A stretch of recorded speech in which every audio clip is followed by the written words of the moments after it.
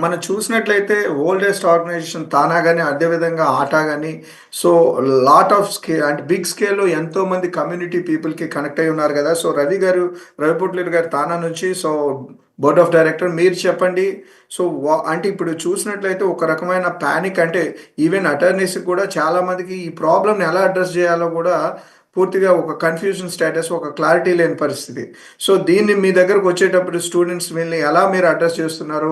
ఫ్యూచర్‌లో మీరు ఏదైతే ఇష్యూ ఉందో లీగల్‌గా ఎవరైతే మనకి ఇక్కడ ఉంటున్నారో, వారికి ఇలాంటి సమస్యలు ఏవైతే వస్తున్నాయో, ఇల్లీగల్ ఇమిగ్రెంట్స్ అనేది ఖచ్చితంగా ట్రంప్ చేస్తున్న వాటికి ఎటువంటి ఇది ఉండదు. బట్ లీగల్‌గా ఉన్నవాళ్ళు ఈ సమస్యల్లో ఈ ఈ చిన్న చిన్న ప్రాబ్లమ్స్ వల్ల సివిల్ థింగ్స్ వలన ఇరుక్కునేటప్పుడు దీనికి ఒక అసోసియేషన్ పరంగా గాని, అదే విధంగా ఆహ్, ఇతర పొలిటీషియన్స్ గాని వాటికి ఎటువంటి వాయిస్ యాడ్ చేస్తే బాగుంటుంది? దాన్ని ఏ విధంగా గవర్నమెంట్ దృష్టికి తీసుకువెళ్తే బావుంటుంది? వీటి మీద మీరు ఏ విధమైన అవేర్‌నెస్ ప్రోగ్రామ్స్ క్రియేట్ చేస్తున్నారు?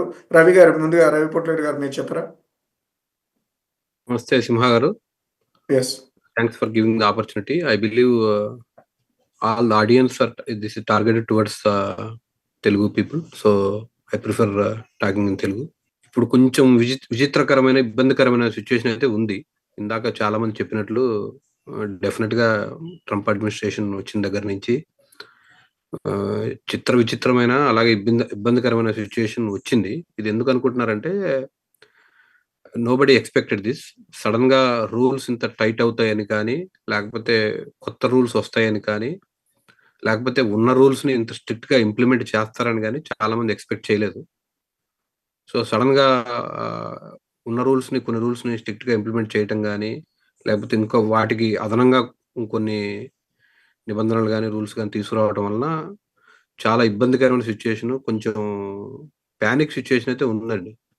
సో, దీంతో పాటు సగం తెలిసి, సగం తెలియక ఆహ్, రకరకాల వాళ్ళు మధ్యలో ఇన్వాల్వ్ అయ్యి, వాళ్ళకున్న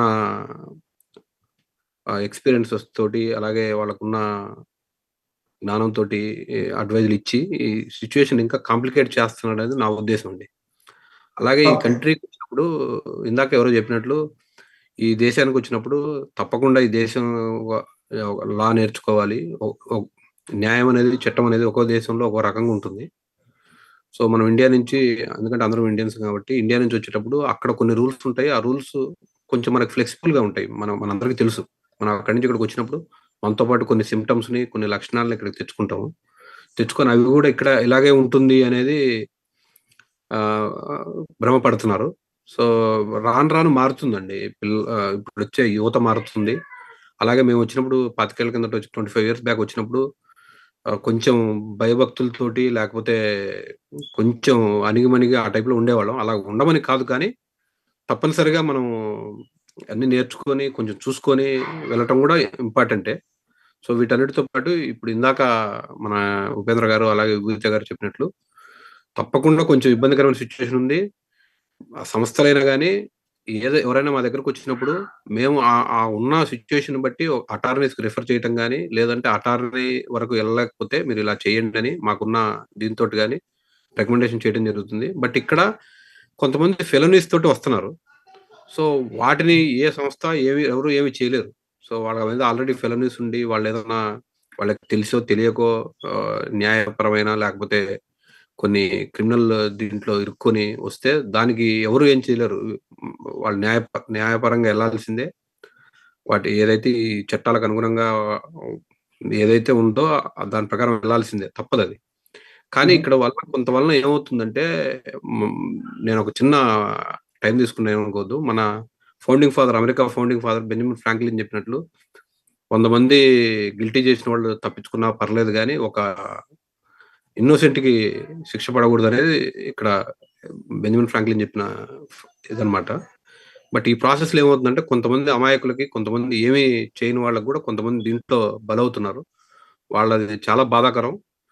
సో, ఈ వాళ్ళ గురించి తప్పనిసరిగా ఇక్కడున్న నాయకులుగా అంటే సంస్థల నాయకులు గాని, అటార్నీస్ కానీ కొంచెం పెద్ద మనసుతో అలాంటి ఎవరన్నా అమాయకులు లేకపోతే ఏమి చేయని వాళ్ళు గూడా ఎక్కడన్నా ఏదన్నా బలవుతుంటే వాళ్ళని కొంచెం మనం సేవ్ జేయడానికి ముందుకు రావాలి. సేవ్ అంటే అట్‌లీస్ట్ వాళ్ళకొక గైడెన్స్ ఇవ్వటం గాని, లేకపోతే మన పరిధిలో మనం ఎలా హెల్ప్ చేయటం అనేది గాని కొంచెం చేయడానికి ముందుకు రావాలి.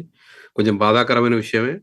బట్ తప్పనిసరిగా ఏదైనా సమస్య ఉంటే మీరు పానిక్ అవ్వకుండా, భయభ్రాంతులకు గురవ్వకుండా తప్పనిసరిగా ఎవరైనా అటార్నీని అప్రోచ్ అవ్వండి. లేదంటే తెలుగు సంస్థలున్నాయి. లేదంటే ఉపేంద్ర గారు లాంటి పెద్దవాళ్ళున్నారు. వీళ్ళందరిని అప్రోచ్ అవుతారని. సో, ఇంకా రాను రాను ఎలా ఉంటుందో తెలియదు. సో, డెఫినిట్‌గా తానా సంస్థ పరంగా నిన్ననే ఒక ఇమిగ్రేషన్ సెమినార్ గూడా జేయటం జరిగింది. భాను గారు గూడా అటెండ్ అయ్యారు. సో, ఇలాగే ఇంకా ఏదన్నా మాకు చేయగలిగే సహాయము చట్టపరంగా చేస్తామని ఆశిస్తూ థాంక్ యూ అండి. Thank you so much.